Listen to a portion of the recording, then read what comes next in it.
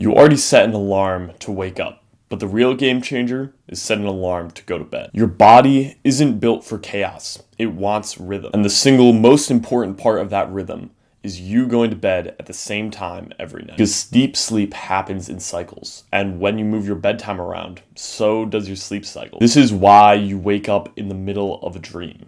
You feel groggy, you feel off, your recovery tanks, and your hormones get wrecked. One late night can mess you up for 2 days, but one consistent night can change your entire baseline. Discipline doesn't start in the morning. It starts the night before. So set a bedtime alarm and respect it and watch how fast everything levels up.